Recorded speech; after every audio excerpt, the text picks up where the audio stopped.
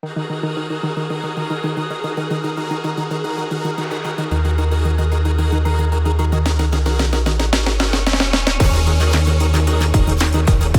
it this way, we're not beholden to certain individuals and publishers of the past who decided to translate Calvin and bring those works to us.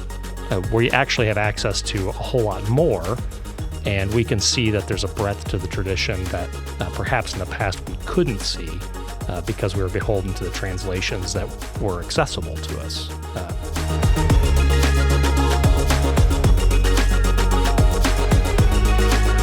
Welcome to Acton Line, a product of the Acton Institute for the Study of Religion and Liberty. I'm Mark Townsend, producer.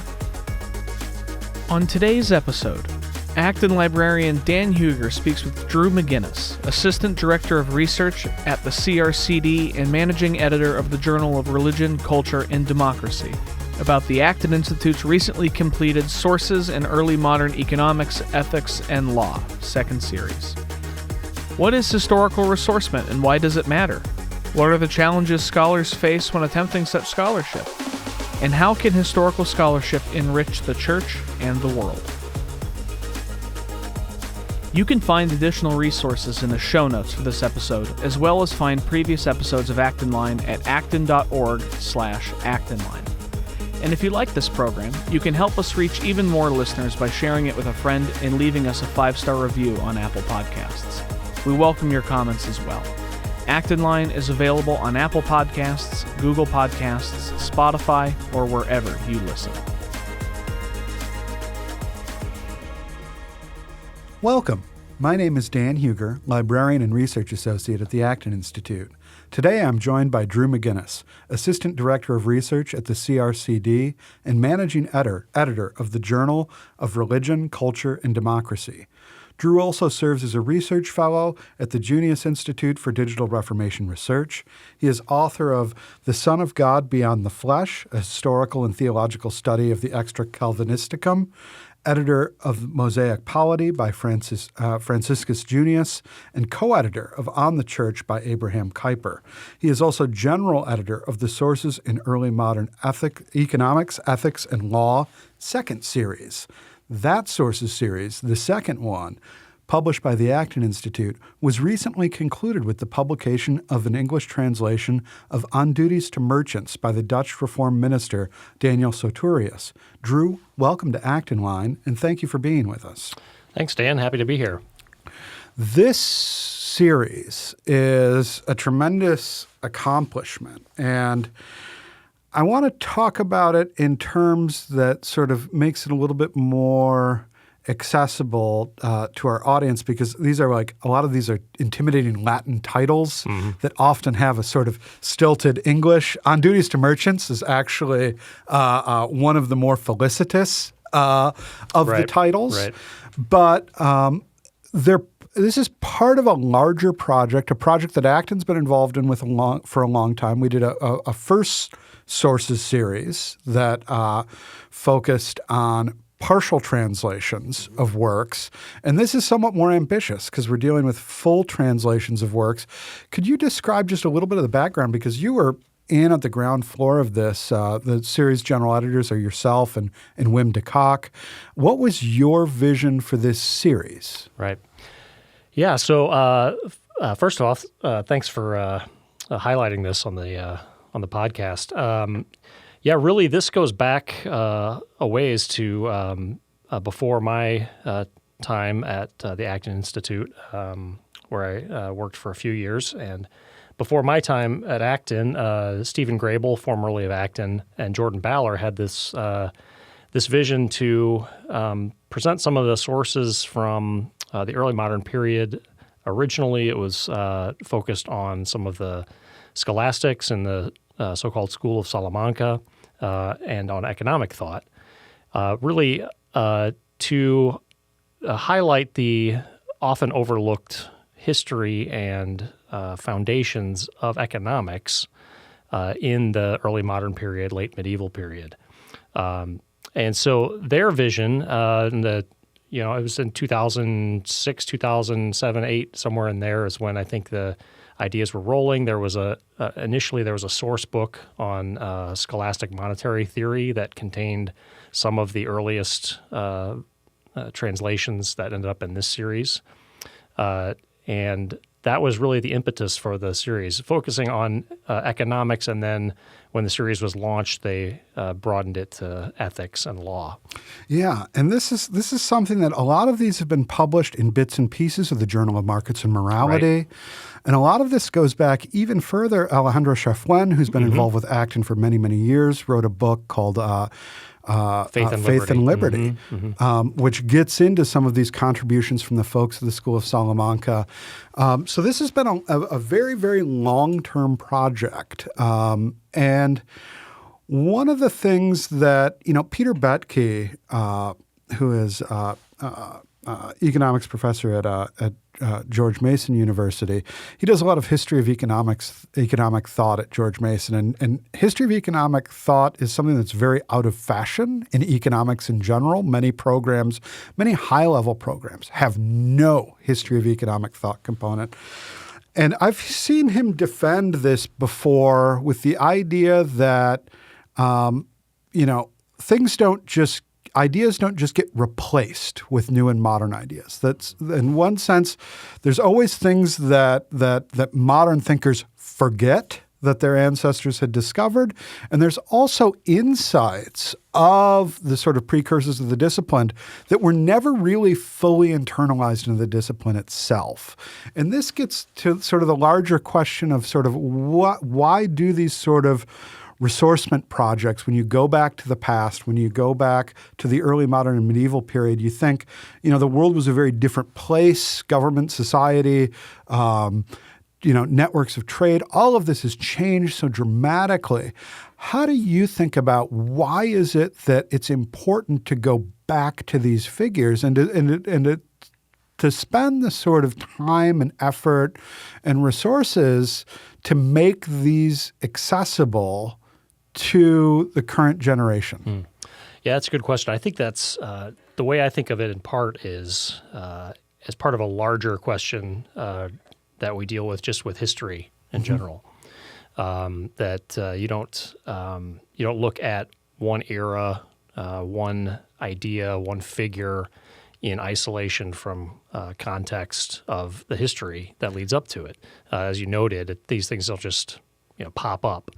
And so I think I see this as largely a historical contribution to broaden the lens, the perspective on these disciplines, economics, ethics, and law, and recognize that, they may some of these sources don't have the technical insight that we may possess now. Some of them may seem or are, in a sense, obsolete in some of the questions they're treating about whether it's trade or law, questions that maybe aren't at the surface of the discussion now. But yet these writers were thoughtful, observant.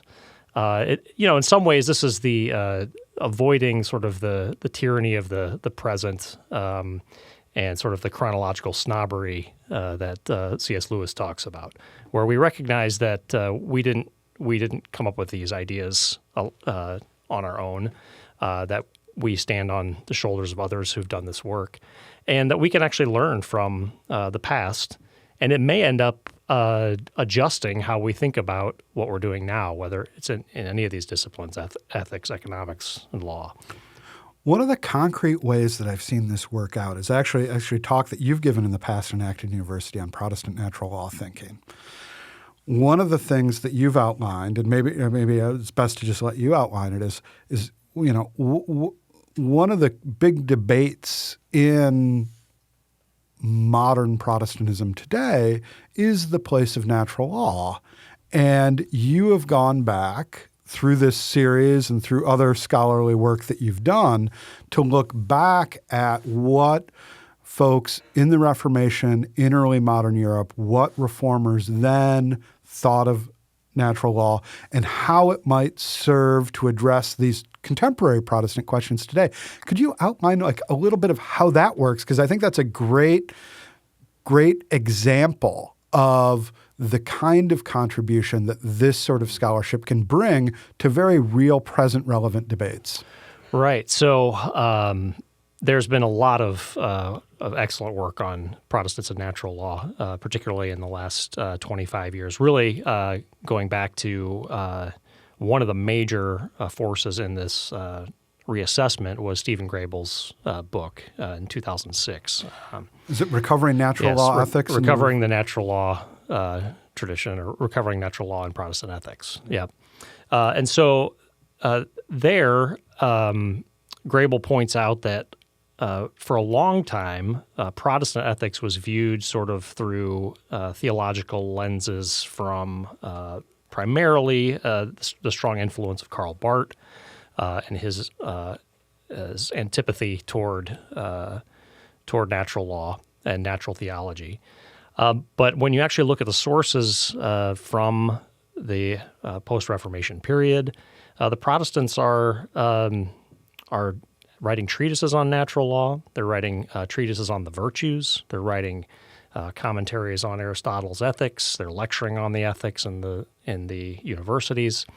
And there's this rich tradition that's there, and we should look at it. And we should take it seriously. I think in the 20th century, early 21st century, and even now, you still have people making these claims that Protestants they don't care about the virtues, or they don't talk about natural law. It's all purely biblicism, sola scriptura, which is not an accurate portrayal, at least of the magisterial Protestant tradition. You, of course, do have sort of Bible-onlyism sorts of trends within Protestantism, particularly in America. But as far as the magisterial tradition, the Reformed, Lutheran traditions in particular, the natural law discussion is there. And it's not seen to be in conflict with the focus on the ultimate authority of Scripture. Yeah. And this is something that's very important, because oftentimes a lot of the natural law thinking, natural law jurisprudence of the last, 50 years has been dominated by Roman Catholic thinkers. And that's a historical reality, but that's not but that's a historically contingent phenomenon. There are figures within the history of Protestantism who have been just as deep thinkers on natural law. And there are now, because in part from this sort of ressourcement work that is going on, there are many contemporary Protestant intellectuals who are making natural law arguments, who are making contributions to that debate informed by these sources. What are the challenges that scholars face? I mean, this is, and I think about this in terms of, this series is something that you have different figures who write all of these works. You have gone as a general editor and have found contributors that are experts in these particular figures, and you have had to deal with language barriers in bringing these into modern English. What are the challenges to pulling off something as that, something as ambitious as the Sources series is? Yeah, that's a good question. And that, and also the series has expanded, as you noted earlier. Yeah. So as we discussed, so early in the first series was mostly selections from larger works. Usually they were units that were relatively self-contained from a larger work. And then there were a couple of complete works in the first series. Sir Matthew Hale's Of the Laws of Nature, Franciscus Junius's Mosaic Polity were complete works. So as you expand the scope, and then in the second series, we wanted to do only complete works. One of the challenges is simply finding scholars who are willing to put in the time and effort required to do an entire work, to translate or edit an entire work. So consequently, one of the things that we decided to do was to try to find works that were more digestible. Maybe they were shorter.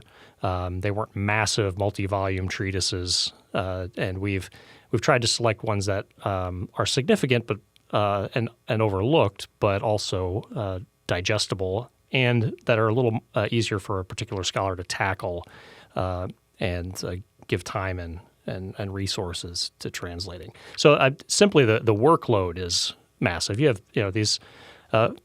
We've had great contributors, and they're all very talented, but they're also all very busy. They're either professors or translating lots of other works at the same time. And so to make a successful pitch to them to say, hey, would you be interested in doing this? It helped, I think, to have them be more smaller, shorter works. In a perfect world, it would be great to have some publisher somewhere take a spin-off of this and expand it and do, the larger multi-volume works in, politics or ethics, or the entire treatise on De Justitia Jure or something like that by some late scholastic author. And some of that work is being done, but that's a huge undertaking. It requires a lot of resources financially and a lot of time resources, and so usually several scholars to do it. So I think one of the things that helped us here was to focus it, and we were able to draw in excellent contributors who are willing to put in that kind of work. Yeah, there is. I mean, if you go back, if you look at. There's a great website which we'll put in the show notes of the Post-Reformation Digital PRDL Post-Reformation Digital Library. Mm-hmm. This is one of the things that the McGinnis Institute does, and you see the amount of literature that's just out there, primarily in Latin, that is untranslated. That there is a mammoth amount of this. You have major figures. Concordia Publishing House is doing Johann Gerhard's Loci, which is one of the big Lutheran scholastic systematic theology texts that is still not completely in English. That's an ongoing series. They are approaching the conclusion. There was a portion of that on interest and usury that was published in the Journal of Markets and Morality. But even major figures in the Reformation, let alone folks that made valuable but smaller contributions or less known contributions, are just simply inaccessible. And this is not something that's just true of Protestants. This is true of a lot of Catholic sources as well. Yep. And there's a larger story about what happens when universities stop teaching classical languages and these become sort of lost. These are works that, people who went through the university system in days gone by, it was not as big of an obstacle to not have these in English. And so we've talked a little bit about the background of this series, but there's a larger question of the background of this sort of ressourcement project, because this series is just one of many efforts across confessional traditions. There have been Catholic efforts to go back. This was the Second Vatican Council, sure. And the area around that is a question of going back to early Greek and Latin fathers. There's been this whole revival of interest sort of trans-confessionally about this. What can you tell us a little bit about that broader story in which this scholarship is taking place? Sure. I think you're right to note that it's across confessions and that it's been going on for a long time. And in fact, you note the lead up to Vatican II, Yves Congar and his work on true and false reform of the church. He talks about ressourcement there and the self-criticism of the church. He also mentions there that the church is always in the process of self-criticizing or going back to its sources. He sounds in some ways very Protestant in his use of phrases like returning to the sources, the ad fontes sort of approach.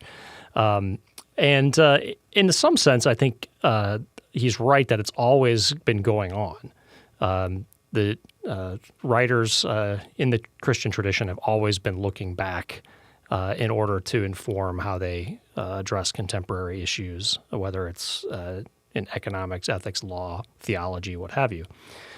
So it's always been going on.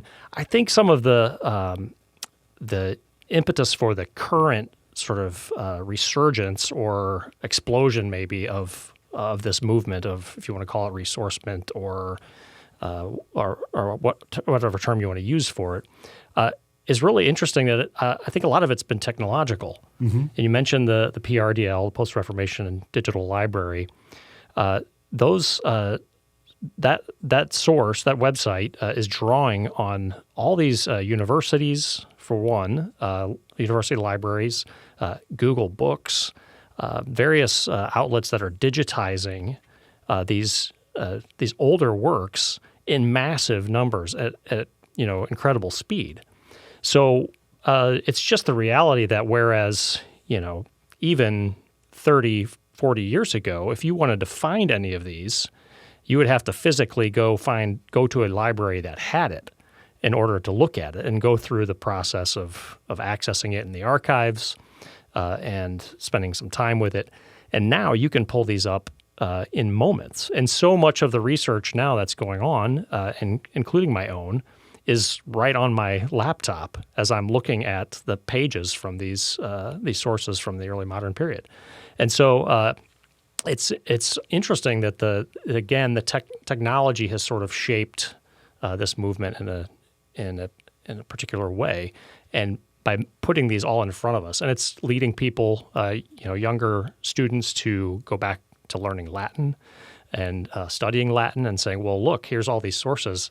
How do I read these? Well, the seminary may offer an elective now on theological Latin and there's now demand for that, maybe where there wasn't 30, 40 years ago. So I find that to be a fascinating feature of the movement, that just the sheer access that we have is now has fueled this ressourcement. So one of the interesting, and when I think back on this, I think about, this has been, and I started at Acton in 2008, and the First Sources series was starting around that time. But there was an earlier rabbit trail I went down. I was thinking about this. I was on PRDL actually looking at this last week. Robert Barclay, the Quaker theologian, wrote a book called An Apology for the True Christian Divinity. And it's basically as close as you get to a systematic theology in Quakerism, which is not a very systematic folk in general. But for years and years, there had been a modernization of that work that, I think it appeared somewhere in the 50s, 60s. And it was very much of the tenor of the sort of Rufus Jones Quakerism, of the 20th century Quakerism, but kind of inflected with a little bit of Protestant theological liberalism. And there was a small outfit called Quaker Heritage Press that literally put together basically just a transcription of the original text. And their apparatus for doing that was you had to mail a check to them, and they would mail you a hardbound book. Right. And, now you can just go on PRDL and you can look at the scans immediately from anywhere. And is there anything that are there any stories of sort of like works that have been misrepresented, come down secondhand, maybe had survived in the consciousness of people as just a minor digression in a more popular work, but then when that work becomes more widely available because of this scholarship, because of this technological advance, that you get people rethinking through things anew and maybe reflecting deeper on their own traditions. Sure. I think there's a lot of examples, and the one that comes immediately to mind is sort of in my own Reformed orbit is the work of Peter Martyr Vermigli, who's in some ways for the longest time it was Calvin was seen as sort of the figurehead of Reformed theology, and in some places still is, but with the reassessment of the sources of Reformed theology and how the different figures have functioned in that tradition. It's now, in some ways, Peter Martyr is sort of like the new paragon of the tradition in some circles. He's not actually the paragon of the tradition. There's a diversity of scholars who were working at the time, and there is no sort of one guy in the Reformed tradition. But he sort of has become sort of the hot thing, along with folks like maybe Richard Hooker and other circles, and more of an Anglican tradition, where lots of people now are looking at Peter Martyr or looking at Richard Hooker. And whereas, 30, 40 years ago, maybe Richard Hooker, because the access to his writings in English, but definitely Peter Martyr was a sidelight. People knew who he was if they were specialists. There were a couple of monographs on him. But now you have, his works are being actively translated, re-edited, even those that were had an English translation done in the early modern period are being brought out in new editions.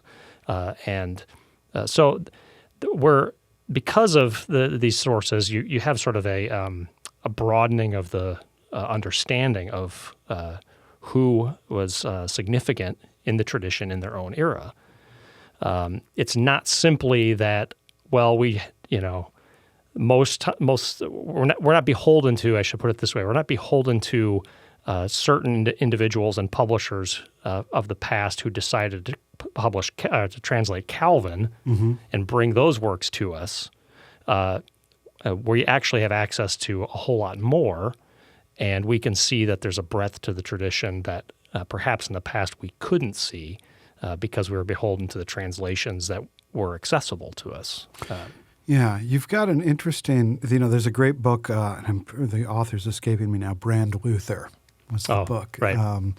And it basically goes into, how Luther became the most widely published author of his time. And there's Martin Luther certainly makes theological contributions, engages in theological debates, but there's also, a story to be told about the printers and their role in promoting Lutheran thought. When I think about Calvin, a lot of his influence is due to his location in Geneva and the fact that this is a center of Reformed learning. This is a place where a lot of exiles of the Reformed tradition wind up when things go afoul in communities across Europe for Reformed Christians. They wind up there. And there's channels of that influence that, and this is not to denigrate either Calvin as Luther as thinkers, but there are reasons beyond their theological contributions as to why they became widely known and their arguments widely discussed. Right. Sure. And so, Andrew Pettigrew is the author of the book Brand Luther, which is a fascinating telling of sort of the marketing of Luther and his works as he was participating in reforming the church. And you're right. So there are reasons why, beyond sort of the selectivity of later editors and translators, there are reasons why Luther and Calvin have had the prominence they have. It's just a fact of history that Calvin's commentaries were extremely popular, and I don't remember the number, but even his commentary on Job was extraordinarily popular. And so their works were widely read. They were very influential, and for some of the reasons you indicate, being located in Geneva, being an outpost for exiles from other areas coming to stay there, learn there, pass through there. So there is certainly those reasons for the influence. But there also, these figures are part of a larger network.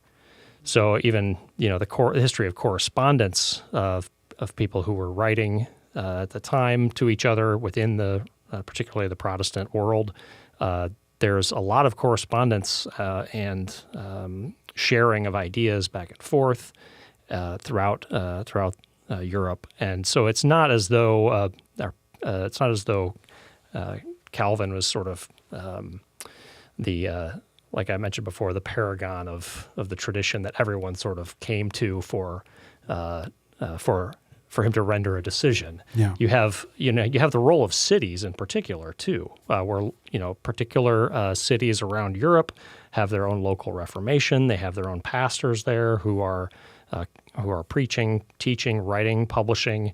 You have the other factor of publication centers, where certain cities have prominence in publications. Geneva is one, of course, but there are many others, and so there's just a diversity of diversity within the traditions themselves as they develop.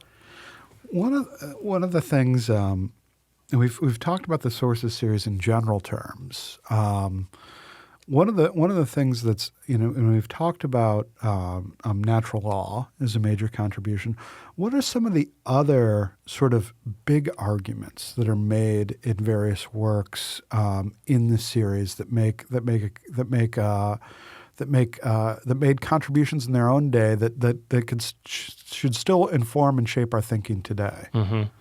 I think so. One of the initial causes or reasons for the series was focused on economics, which is, of course, close to the heart of what Acton does. And looking at the late scholastics and figures like Dr. Navarras, Espelhueta, and Lessius and others like that, that they had more of a grasp on what economics was in practice and how trade and credit and contracts were functioning in a world where international trade is exploding in the early modern period, and they're trying to figure out, why do prices change? They're trying to figure out, is it good for the sovereign to just declare the value of the currency or to devalue it, and they're engaging these sorts of questions, and sometimes in ways that are for the first time in a deeply serious way as they apply rigorous academic method to the questions. So I think on the economic side, there's that. In ethics, we've talked about natural law. So in ethics and moral philosophy, you can see the influence, the continued influence of Aristotle and his ethics through some of these sources, even in a text by the early Huguenot politician Pierre de Laplace. He's writing basically a primer on ethics for his children. Mm-hmm. On the right use of moral philosophy. Right. That's right. On the right use of moral philosophy. And in some portions of that, he's basically just copying Aristotle. In our edition of that, the editor notes indicates the places where he's essentially just copying Aristotle's ethics. And so there's just a lot of interesting features to these sources that maybe were unexpected, and that may help us to rethink what we maybe had thought about these authors. Yeah, there's also interesting contributions that this is an area where a time when trade is exploding, and it's also a time of increasing religious fragmentation and pluralism. And I think of the On Duty to Keep Faith with Heretics, which is one of the more difficult titles for modern readers to wrap their heads around. Yeah. But it was by the Jesuit Martinez Picanis, and it was about, what do you do in commercial relations with people of different confessions? Right. Are you morally obligated as a Roman Catholic to keep contracts with Protestants, and vice versa, and with Jews and with other members of the community? And these are all issues that, this is the early modern period. It's the beginning of a lot of our modern sort of questions and quandaries that we've come across. Mm-hmm.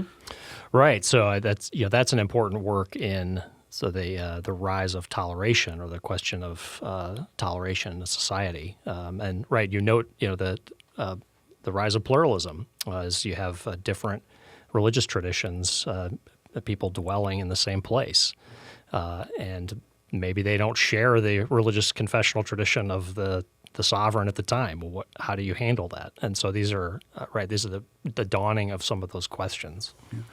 So we've talked a little bit in terms of how this sort of ressourcement can serve theologians and scholars.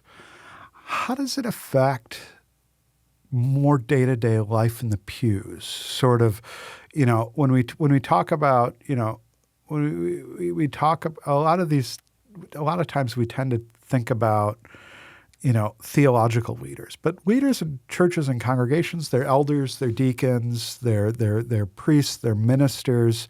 Their day-to-day isn't focused on these technical issues. But I think that, in my reading of these sources, there's been a tremendous amount that, I as a layman, not even as my capacity as sort of somebody who does Christian social thought.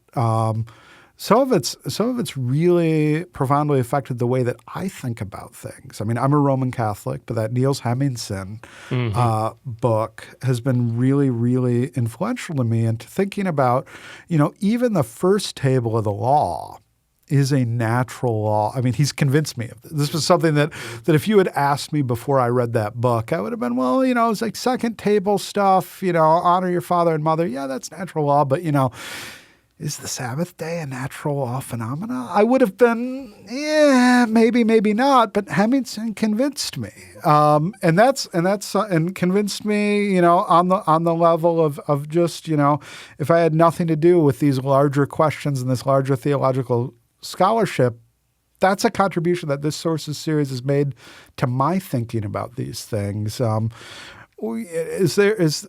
I alone in my weirdness, or do you think that other regular people, what are the sort of lessons that they can draw? Right.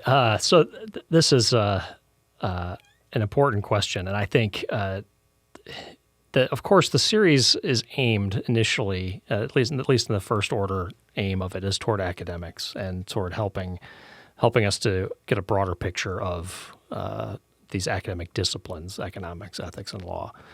But then, these not all of them are going to be equally as gripping for folks in the pew. But the Hemmingsen one, as you were talking about this, I was thinking that as well. Niels Hemmingsen on the law of nature. There's some really practical things in there about the virtues and the importance of cultivating the virtues, navigating virtues and vices, and questions of ethics. It's not going to appeal to everybody, but folks who like reading theology and thinking, maybe reading philosophy, thinking through these issues would be of interest to them.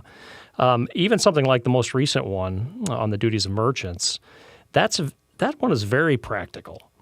Now, the way it's written is not necessarily always accessible because Suterius, the style that he writes in, the sort of genre is patchwork method, where he's throwing together lots of classical sources along with biblical sources to make his point. It's the book is mostly consists of quotations, but the practical payoff is there for everyone. It's instructions for. I mean, you could think of it in terms today. It's sort of like business ethics. Yeah. So this is the book you hand to the CEO, the businessman or woman who's a Christian, and here's some advice on how to conduct business in an honorable way that's glorifying to God and that treats others with justice and honor and dignity. So that one is very practical if you can get through the mass of quotations that he's using from classical sources and the like. And then one of my other favorites that has maybe some more payout for pastors in particular is Philip Melanchthon's commentary on Proverbs, which we haven't talked about yet. This is just an incredible work from Melanchthon's lectures on Proverbs. And Melanchthon, of course, is this polymath Lutheran humanist and scholar, really who has a stamp on the Lutheran theological tradition, perhaps equal to that of Luther, at least in his influence. And here's a commentary on Proverbs that's not really a commentary like we would think of a biblical commentary, because he's looking at the wisdom of Proverbs and looking at the wisdom of the ages from classical, from antiquity, classical antiquity, and he's bringing them together and saying, well, what things are consistent here and what things are different.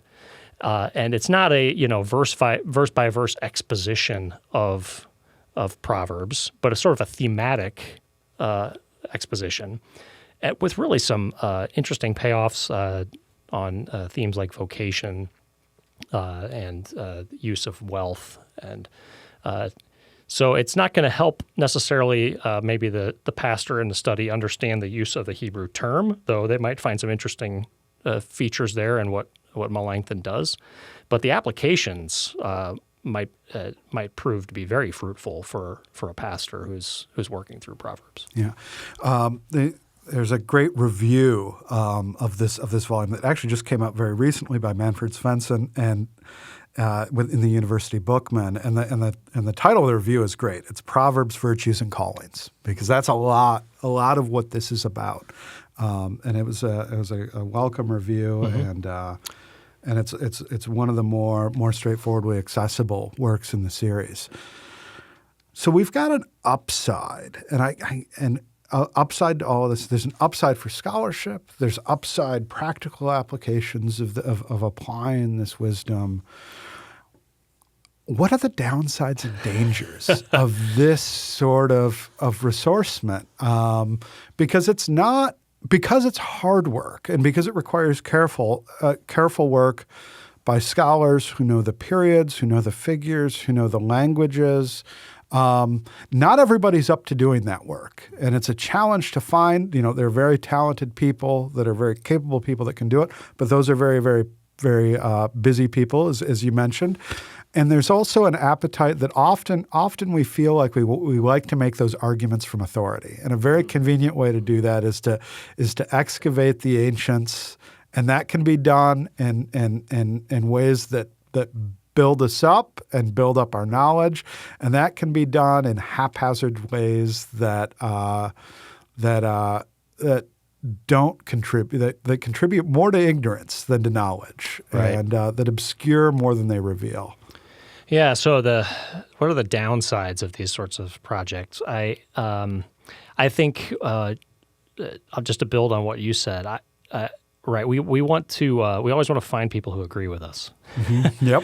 And if we can find some old dead scholar whose name is known in the tradition or well known in the tradition to support what we think, then that's a good day sometimes. But that also that's lends itself to just having your biases confirmed by whatever you happen to dig up, and sometimes it can lead us to short circuit the necessary work of actually understanding the source we're reading, because instead we're reading it for our own sort of theological agenda or political agenda or whatever it may be. We go in search of sources that confirm our priors, to put it that way. And so that can be a real temptation with this, where we short circuit the hard work of understanding them in their own context. And so for me, as I look at the Sources series and this project, this larger movement of ressourcement, if you want to call it that, I see that as one of the pitfalls is we bring just another theological pre-commitment or theological axe to grind. We bring that to bear on these older sources, and we come back and say, look, all these people agreed with me, and that it may be that they all agree. Chances are probably not that they all agree. There's a lot of them, and they disagreed amongst themselves about a lot of things. Yeah. And there's a lot of nuances there. For me, I always want to just try to do the best I can to get the history correct. I'm sure I've been guilty of grinding theological axes and finding people that agree with me. It's in some ways human nature to do that. But I do strive, and I do try to encourage people to try to just get the history right first. And so do history and do a study of these disciplines and the background of these various disciplines in an effort to understand rather than an effort to, in the first place, prove my theological or political or economic point. Yeah, one of the things that's also, and this is part of what this recent movement is correcting, is there is an unavoidable selectivity to this sort of work because, again, there was so much literature that remains untranslated, that remains unavailable. There are a lot of people. I think Karl Barth is one of those figures we brought up earlier that neglected natural theology, and one of the reasons that folks in the Reformed tradition have done that is they've looked at Calvin and they've said, look, he didn't write a bunch about natural law. He doesn't write like Aquinas. And in an earlier age, when the Reformed scholastics were less accessible to laymen, to pastors, to theologians, that looks like a more convincing argument than it winds up being. Right. Yeah, and then the flip side of that is, and maybe the other, the temptation now is the sort of the, and I don't think anybody would say this, but I fear that there's this thread sometimes that runs through that instead of trying to understand the early modern scholastics as as part of the tradition, we just go back to them and assume they're right about everything. Yeah. Because they wrote treatises in the in the scholastic method, and they made clear distinctions, and we find that compelling and interesting, and it's new in some ways because it's a rather recent resurgence of the study of these sources, and we just think, well, okay, everything for post-Reformation Reformed tradition was right, and that's sort of our starting point. I think that's the wrong starting point, and it's and it doesn't, like I said, it doesn't seek to understand the tradition and get what they understand what they were doing, understand what they were writing, why they were writing it, but it's sort of an opposite tendency. I want to close with a brief discussion of one of the things. If you go back and take a look and dive into any volume in the first series or any volume in the second series, you will see routine appeals to the classical tradition. You will see. In fact, while some overzealous, let's say overzealous Reformed people might appeal to the Reformed scholastics as authorities, you have the Reformed scholastics themselves appealing to people like Cicero as authorities. Could you tell us a little bit about what that engagement with the classical tradition looks like in these sources, and what are the things that we can learn from that, from the way that the theological forebears, both Catholic and Protestant scholastics interacted with classical authorities? Are there any lessons we can learn from them for dealing with when we look back at these now scholastic authorities for us? I'll just start with, for myself, when I look at these and I see their use of classical sources, I am humbled and in some ways ashamed at the lack of my classical knowledge. In some ways, to go back into these texts, it's not just to go back into time. It's to go back to an era where classical antiquity, Roman and Greek and Roman sources were just the air that they breathed in the academic world, almost to the point where, I mean, not that long ago, I picked up Erasmus's Praise of Folly. Yeah, it's a wonderful book. And I tried to read through it, and this maybe just reveals that the my own woeful level of scholarship, but I couldn't get through it because the references, the classical references and the references to ancient literature, it was just so replete that I almost couldn't understand what the point was at times, right? And it's just so in some ways it's a very humbling, in many ways it's a humbling experience to look at these sources, and having edited these, trying and often. Though a lot of our volume editors are doing this work, but oftentimes I would also be trying to confirm and check, what is this source that this guy is referencing, and can I find it? And to think probably, maybe he was being obscure in his reference, but I think it's more likely the case that most of the people in his own era knew exactly what this particular source was. And here I am, and in the early 21st century, and I have no idea what he's talking about. And it takes me, a couple hours or something to find the source. And so I think it just it's humbling. And in some ways it's reveals how woeful my own background in education is, which is probably not that different from a lot of American education and the lack of engagement with the classics and really a lack of understanding the classical tradition. Yeah, I don't know if you've been following in the news lately. There's been a lot about the papyri, the Heracleum papyri in Pompeii, that they are now beginning.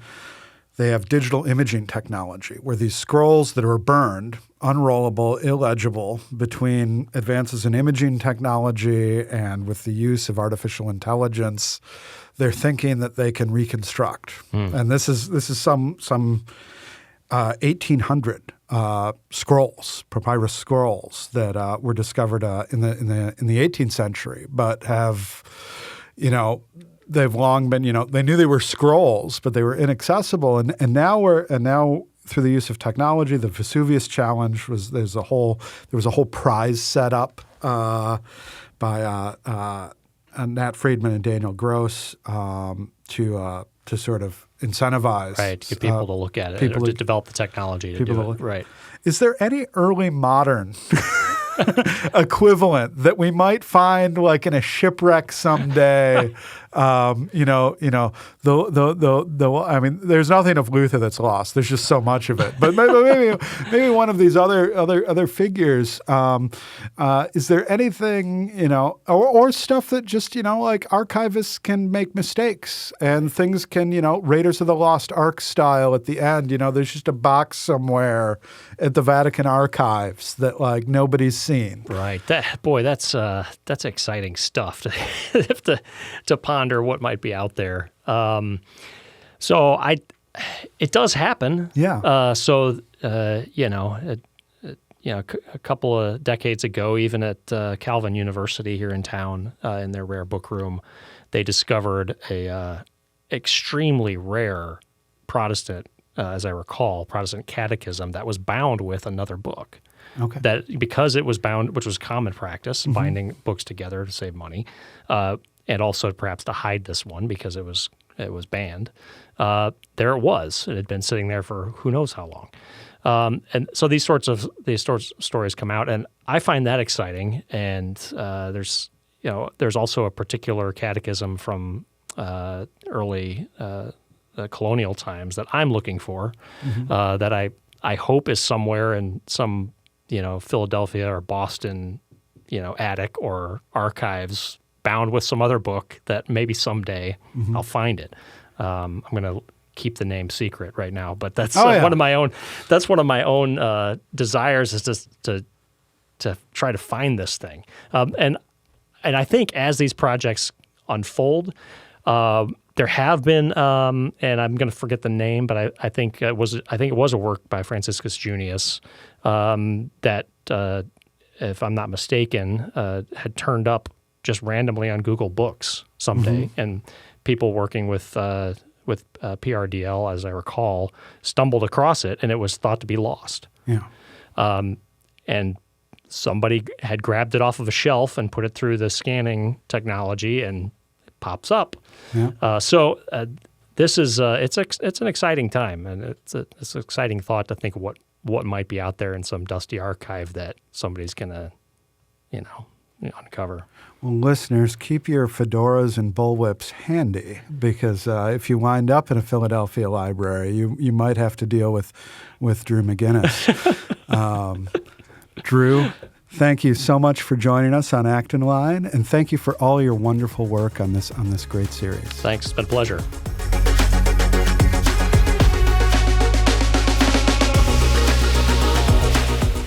As always, thank you for listening. Our team loves putting this podcast together for you. It's encouraging to hear from our listeners. Feedback is incredibly important because it lets us know what topics you are interested in most. If you have comments, feedback, or ideas for a show topic or interesting guest, you can email our team at producer@acton.org. Until next week, for Acton Line, I'm Mark Townsend.